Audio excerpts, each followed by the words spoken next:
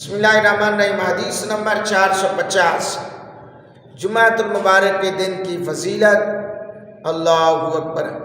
حضرات گرامی قدر، نبی پاک صلی اللہ علیہ وسلم کے غلاموں، جمعۃ المبارک کی فضیلت حضرت ابو ہریرہ رضی اللہ تعالیٰ عنہ بیان کرتے ہیں، نبی اکرم صلی اللہ علیہ وسلم نے ارشاد فرمایا، حضور فرمایا کہ جن دنوں میں سورج طلوع ہوتا ہے ان میں سب سے بہتر جمعے کا دن ہے۔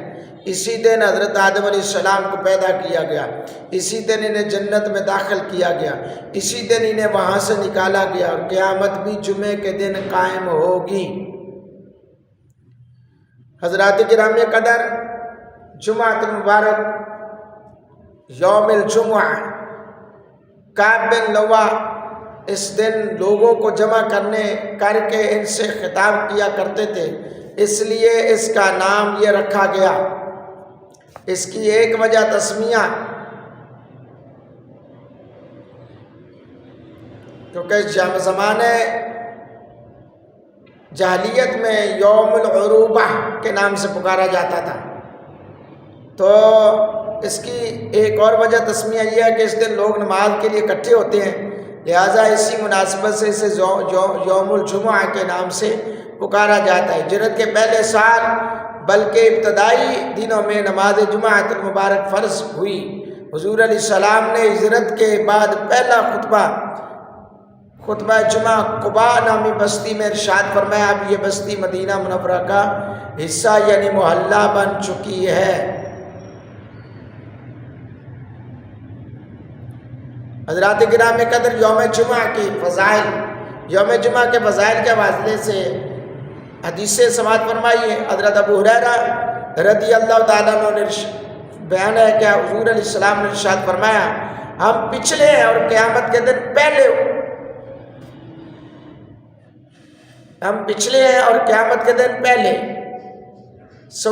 سوائے اس کے کہ ہم سے قبل کتاب دی گئی اور ہمیں ان کے بعد جمعۃ المبارک وہ دن ہے ان پر فرض کیا گیا تو وہ اس کے خلاف ہو گئے، اور ہمیں اللہ تعالیٰ نے بتا دیا دوسرے لوگ ہمارے تابع ہیں۔